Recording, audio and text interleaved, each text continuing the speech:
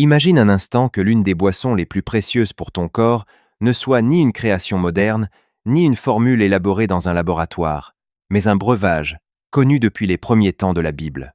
Aujourd'hui, nous dépensons des fortunes pour des compléments alimentaires, des boissons énergétiques ou des produits présentés comme révolutionnaires.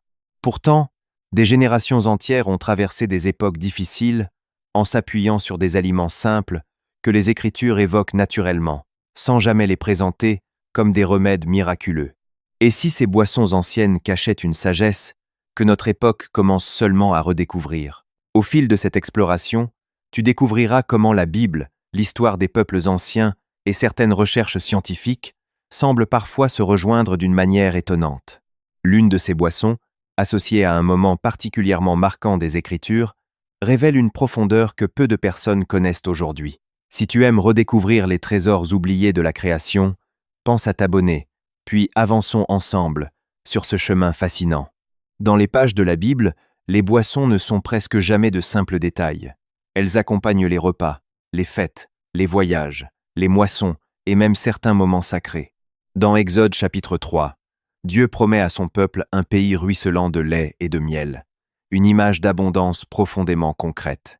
Les anciens observaient la nature avec patience. Ils transmettaient leurs habitudes alimentaires d'une génération à l'autre, retenant ce qui semblait soutenir la force, la digestion, l'endurance ou la récupération. Aujourd'hui, les chercheurs explorent plusieurs de ces traditions avec des méthodes modernes. Sans transformer les Écritures en traités scientifiques, leurs observations permettent parfois de mieux comprendre pourquoi certaines boissons occupaient une place si importante dans la vie quotidienne. En parcourant ces héritages, tu découvriras comment histoire, foi, alimentation et connaissances actuelles peuvent dialoguer avec équilibre. Ce voyage commence simplement, mais chaque étape éclairera un héritage souvent oublié, pourtant vivant. Avant de découvrir les boissons les plus étonnantes de cette sélection, commençons par celles qui ont accompagné les peuples bibliques au quotidien. Chacune révèle un héritage où observation, nature, foi et alimentation avancent ensemble. Le premier héritage nous conduit vers l'infusion de gingembre et de miel. Le miel occupe une place privilégiée dans les Écritures. Le livre des Proverbes, chapitre 24, verset 13, recommande d'en manger, car il est bon. La terre promise est décrite à de nombreuses reprises comme un pays où coule le lait et le miel, symbole d'abondance, de bénédiction et de prospérité. Si le gingembre n'est pas nommé directement dans les textes bibliques, il faisait déjà partie des épices précieuses circulant grâce aux routes commerciales reliant le Proche-Orient à l'Asie. Les anciens associaient souvent ces deux ingrédients dans une boisson chaude destinée à réconforter le corps après un long voyage ou durant les saisons fraîches. Aujourd'hui, cette association continue d'attirer l'attention des chercheurs. Le gingembre renferme des composés naturels appelés gingerol, étudiés pour leurs propriétés anti-inflammatoires et leur capacité à apaiser les nausées. Le miel brut contient naturellement des enzymes, des antioxydants et des substances favorisant un équilibre sain du microbiote intestinal. Ensemble, ces deux ingrédients offrent une combinaison particulièrement intéressante. Sans constituer un traitement médical, cette infusion peut soutenir le confort digestif, contribuer aux défenses naturelles et procurer une agréable sensation de chaleur. Beaucoup appréciant également son effet apaisant lors des changements de saison ou après un repas copieux. Une simple infusion d'eau chaude, de gingembre fraîchement râpé et d'une cuillère de miel ajoutée lorsque la boisson a légèrement refroidi suffit à préserver une grande partie de leur qualité naturelle. Ce mélange rappelle que les peuples anciens savaient déjà reconnaître, par l'observation quotidienne, la valeur de certains aliments bien avant que la science moderne ne commence à les étudier. Le deuxième héritage nous emmène vers le jus de grenade. La grenade apparaît comme un fruit noble dans toute la Bible. Dans le Cantique des Cantiques, chapitre 8, verset 2, il est question du jus de grenade, offert comme une boisson précieuse. Les grenades décoraient également les vêtements du grand prêtre et ornaient les colonnes du temple de Salomon, signe de fécondité, de beauté et d'abondance. Leur présence répétée montre combien ce fruit occupait une place importante dans la culture du peuple d'Israël. Les peuples du Proche-Orient pressaient les fruits entiers afin d'obtenir une boisson riche, légèrement acidulée et rafraîchissante. Elle accompagnait les repas, mais servait aussi lors de célébrations particulières. Cette méthode traditionnelle permettait d'extraire davantage de composés naturellement présents dans l'écorce et les membranes internes. Les recherches modernes s'intéressent justement à ces substances, notamment aux polyphénols, puissants antioxydants, capables de limiter certains phénomènes liés au stress oxydatif. Plusieurs études observent également un intérêt potentiel du jus de grenade pour soutenir la santé cardiovasculaire et préserver la souplesse des artères. D'autres recherches explorent son rôle possible dans l'accompagnement nutritionnel de certaines maladies, tout en restant prudentes. Boire un jus de grenade fraîchement pressé, sans sucre ajouté, permet de profiter pleinement de sa richesse naturelle. Son goût intense rappelle que les anciens recherchaient autant la qualité nutritionnelle que le plaisir de partager une boisson exceptionnelle. La grenade nous enseigne ainsi qu'un simple fruit peut traverser les siècles en conservant intacte sa réputation auprès des hommes comme auprès des chercheurs. Le troisième héritage nous fait découvrir le jus de raisin et le vin. Dès la Genèse, chapitre 40, le récit de l'échanson du Pharaon décrit des grappes fraîchement pressées dans une coupe royale. Plus tard, la vigne devient l'un des symboles les plus forts de la Bible. Jésus lui-même déclare dans l'Évangile selon Jean, chapitre 15, « être la véritable vigne ». Le raisin accompagne ainsi toute l'histoire biblique, aussi bien dans la vie quotidienne que dans les grandes célébrations. Dans l'Antiquité, le raisin était consommé frais, séché ou pressé immédiatement après la récolte. Les peuples méditerranéens avaient remarqué qu'il apportait énergie et endurance lors des travaux agricoles. Son jus constituait une boisson appréciée lorsque l'eau n'était pas toujours facilement disponible. Les scientifiques s'intéressent aujourd'hui aux pigments présents dans les raisins foncés. Parmi eux figure le resveratrol, accompagné de nombreux autres polyphénols. Ces molécules sont étudiées pour leur action antioxydante, leur influence sur la santé cardiovasculaire et leur rôle potentiel dans la protection des cellules face au vieillissement. Les recherches explorent également leurs effets sur certaines fonctions cognitives.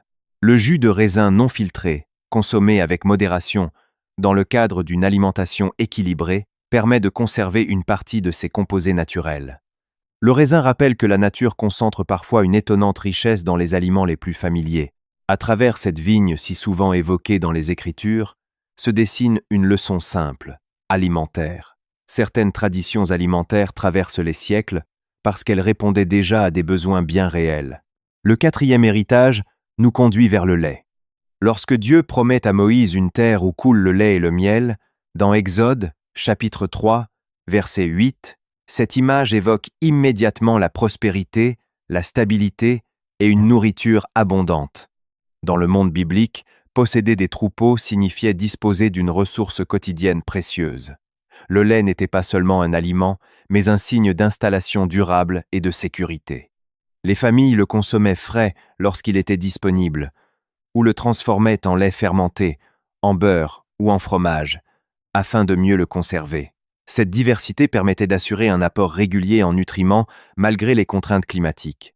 Les connaissances actuelles montrent que le lait apporte naturellement des protéines complètes, du calcium, des vitamines et plusieurs minéraux, participant au maintien des os, des muscles et du système immunitaire. Certains composants présents dans le lait font également l'objet de recherches pour leur rôle dans les défenses naturelles de l'organisme. Bien entendu, chacun doit tenir compte de sa propre tolérance alimentaire. Consommé sous une forme adaptée à chacun, le lait peut s'intégrer à une alimentation variée et équilibrée. Son importance dans les Écritures ne repose donc pas uniquement sur sa valeur symbolique, mais aussi sur sa capacité à nourrir durablement les populations.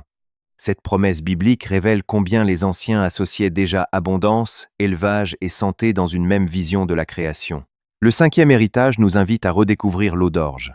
Le livre de Ruth s'ouvre au temps de la moisson de l'orge. Plus loin, le prophète Ézéchiel reçoit même l'ordre de préparer un pain contenant cette céréale. L'orge faisait partie des cultures les plus robustes du Proche-Orient. Elle résistait mieux aux périodes difficiles que de nombreuses autres céréales et nourrissait aussi bien les familles modestes que les voyageurs. En faisant cuire les grains dans l'eau, les anciens obtenaient une boisson légère, consommée durant les fortes chaleurs ou lors des périodes de récupération physique. Rien n'était perdu. Même l'eau de cuisson était considérée comme précieuse. Les chercheurs modernes expliquent cette tradition par la présence d'une fibre soluble appelée bêta-glucane. Cette substance est étudiée pour son influence sur la régulation de la glycémie, la diminution du cholestérol et le soutien du microbiote intestinal. D'autres travaux examinent son rôle dans le fonctionnement normal du système immunitaire. Préparer une eau d'orge reste très simple. Après une cuisson lente, le liquide filtré peut être consommé tiède ou frais, parfois agrémenté d'un peu de miel ou de citron selon les habitudes locales. Si l'un de ces 5 héritages t'a surpris, écris son nom dans les commentaires. Ton expérience inspirera peut-être d'autres passionnés de nature. Et si tu apprécies cette exploration des traditions bibliques, pense à t'abonner afin de poursuivre ensemble cette redécouverte d'un patrimoine alimentaire exceptionnel. Le 6e héritage nous conduit vers le vinaigre. À première vue, le vinaigre semble bien éloigné de l'image d'une boisson bénéfique. Pourtant, il accompagne discrètement plusieurs passages des Écritures. Dans le livre de Ruth, chapitre 2, verset 14, Booz invite Ruth à partager le repas des moissonneurs et à tremper son pain dans le vinaigre. Plus tard, au moment de la crucifixion, les évangiles rapportent que Jésus reçoit du vinaigre présenté sur une branche d'hysope. Ces références montrent que cette boisson fermentée faisait naturellement partie de la vie quotidienne dans le monde biblique. Les peuples anciens diluaient souvent le vinaigre dans de l'eau afin d'obtenir une boisson rafraîchissante, plus agréable à boire et plus stable lors des longs déplacements. Les travailleurs agricoles, les voyageurs et même les soldats l'appréciaient pendant les journées éprouvantes. Les recherches actuelles s'intéressent principalement à l'acide acétique, son principal composé naturel. Plusieurs études suggèrent qu'il pourrait contribuer à limiter les fortes variations de la glycémie après les repas et soutenir un métabolisme équilibré lorsqu'il est intégré à une alimentation saine. Les scientifiques poursuivent leurs travaux avec prudence. Aujourd'hui encore, une petite quantité de vinaigre de cidre non pasteurisé, dilué dans de l'eau avant un repas, est parfois utilisée dans certaines habitudes alimentaires. Il convient toutefois de respecter les quantités et d'éviter une consommation excessive afin de préserver l'émail des dents et le confort digestif. Le vinaigre rappelle qu'un aliment très simple, né de la fermentation naturelle, pouvait déjà trouver sa place dans les habitudes des peuples bibliques grâce à une observation attentive de ses effets au quotidien. Le 7e héritage nous entraîne vers le thé d'hysope. L'hysope est l'une des plantes les plus symboliques de la Bible. Dans le psaume 51, verset 9, David prie en disant « Purifie-moi avec l'hysope, et je serai pur ». Cette plante apparaît également lors de la première Pâque, lorsque le sang de l'agneau est appliqué sur les montants des portes, puis au pied de la croix, où une branche d'hysope porte le vinaigre présenté à Jésus. Son rôle dépasse donc largement celui d'une simple plante aromatique. Dans les régions du Proche-Orient, l'hysope poussait naturellement sur les collines rocailleuses. Les familles récoltaient ces feuilles parfumées pour préparer des infusions destinées à réchauffer le corps et à favoriser le confort respiratoire durant les périodes froides ou humides. Les analyses modernes montrent que cette plante renferme des huiles essentielles, des flavonoïdes et de l'acide rosmarinique, des composés étudiés pour leurs propriétés antioxydantes, anti-inflammatoires et leur action sur le bien-être des voies respiratoires. Les chercheurs poursuivent leurs observations, tout en rappelant que certaines personnes doivent demander conseil avant d'utiliser les plantes aromatiques de manière régulière. Préparée en infusion légère, l'hysope développe un parfum agréable qui s'associe volontiers au miel. Elle s'inscrit parfaitement dans une démarche de bien-être, sans remplacer un traitement médical lorsque celui-ci est nécessaire. À travers cette plante discrète, les Écritures montrent une fois encore que les gestes quotidiens, les traditions anciennes et la nature formaient un ensemble harmonieux dont nous redécouvrons progressivement toute la richesse. Tu viens de découvrir que plusieurs boissons bibliques cachent une histoire bien plus riche qu'on ne l'imagine. Pourtant, les révélations les plus étonnantes restent devant nous. Certaines étaient si communes que beaucoup passent encore aujourd'hui à côté de leur remarquable qualité. Si cette exploration nourrit déjà ta curiosité, prends un instant pour aimer cette vidéo, partager ce savoir autour de toi et t'abonner à l'herbier sacré. Dis aussi dans les commentaires laquelle de ces boissons tu aimerais goûter. La suite pourrait bien changer ton regard sur des habitudes anciennes étonnamment actuelles en révélant encore 3 boissons profondément symboliques et fascinantes. Le 8e héritage nous invite à redécouvrir les boissons à base de figues. La figue accompagne l'histoire biblique depuis les premiers chapitres de la Genèse. Plus tard, les prophètes utilisent souvent l'image du figuier pour représenter la paix, la prospérité et la sécurité. Dans le premier livre des rois, chapitre 4, verset 25, chacun est décrit comme vivant sous sa vigne et sous son figuier. Au-delà du fruit lui-même, les peuples du Proche-Orient avaient pris l'habitude de faire tremper des figues séchées dans l'eau afin d'obtenir une boisson naturellement douce et nourrissante, particulièrement appréciée lors des périodes de fatigue. Les anciens avaient remarqué que cette préparation semblait faciliter la digestion et soutenir les personnes affaiblies après un effort ou une maladie. Cette connaissance s'est transmise durant des siècles par simple observation. Les recherches actuelles montrent que les figues renferment des fibres solubles, des polyphénols, du potassium et différents composés végétaux étudiés pour leurs effets sur l'équilibre digestif, la circulation sanguine et la régulation naturelle du sucre dans le sang. Leur richesse en antioxydants participe également à la protection des cellules contre le stress oxydatif. Préparer cette boisson reste très simple. Quelques figues séchées sont laissées à tremper plusieurs heures dans de l'eau avant d'être consommées avec leur liquide ou légèrement réchauffées. Cette préparation peut accompagner un petit déjeuner ou servir de boisson réconfortante en hiver. À travers cette tradition discrète, la figue rappelle que les aliments les plus ordinaires cachent parfois une remarquable richesse, révélée progressivement par l'expérience humaine, puis éclairée par les connaissances modernes. Le 9e héritage nous conduit vers le bouillon d'os. Dans le livre des Juges, chapitre 6, lorsque Gédéon accueille l'ange du Seigneur, il prépare un repas comprenant de la viande et son bouillon. Ce détail semble anodin. Pourtant, il montre l'importance accordée à ce liquide nourrissant dans les habitudes alimentaires anciennes. Les familles bibliques faisaient cuire lentement les os, les articulations et les morceaux riches en tissus conjonctifs, afin d'en extraire toute la substance. Rien n'était gaspillé. Cette cuisson longue produisait un bouillon apprécié, aussi bien par les enfants que par les personnes âgées ou les voyageurs fatigués. Dans une époque où chaque ressource comptait, cette préparation constituait une manière intelligente de valoriser l'ensemble de l'animal. Les scientifiques expliquent aujourd'hui que cette cuisson libère naturellement du collagène, de la gélatine, de la glycine, de la proline et plusieurs minéraux. Ces éléments sont étudiés pour leur rôle dans le maintien des articulations, de la peau, du confort intestinal et de la récupération après un effort. La glycine attire également l'attention pour son influence possible sur la qualité du sommeil et certaines fonctions du système nerveux. Préparer un véritable bouillon demande seulement du temps, de l'eau, quelques légumes et une cuisson lente. Cette simplicité rappelle que les recettes les plus modestes peuvent parfois offrir une densité nutritionnelle remarquable. Le bouillon d'os illustre parfaitement la sagesse pratique des peuples bibliques, capables de transformer chaque partie de la création en une nourriture généreuse et respectueuse des ressources disponibles. Le 10e héritage nous conduit vers une boisson étonnamment simple, l'eau. Parmi toutes les boissons évoquées dans les Écritures, aucune n'apparaît avec autant de force que l'eau. Dès la Genèse, elle est présente au commencement de la création.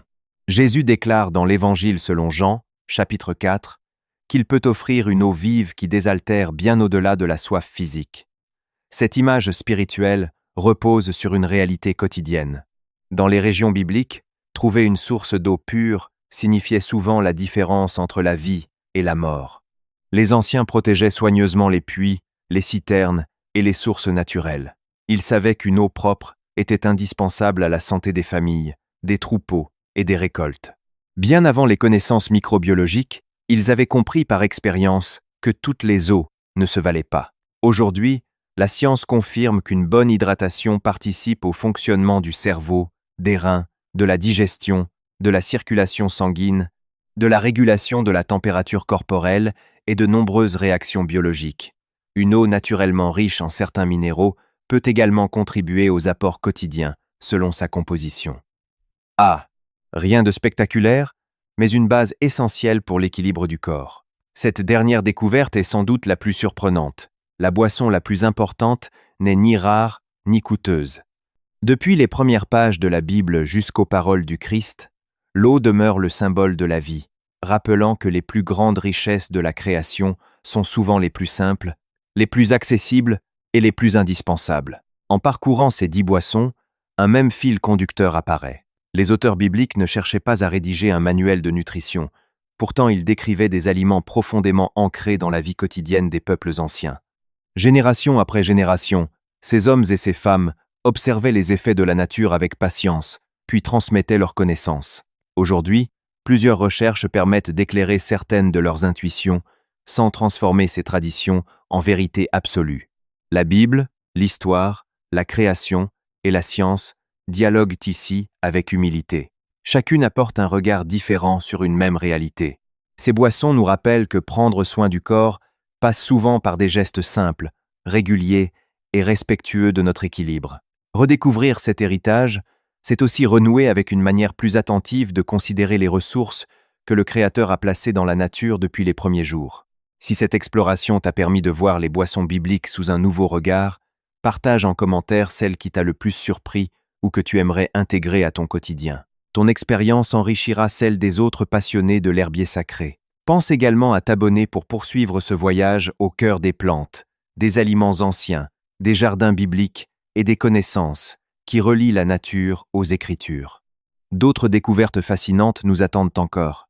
En attendant notre prochaine rencontre, continue d'observer la création avec curiosité, gratitude et sagesse. Car les plus belles leçons sont souvent cachées dans les choses les plus simples.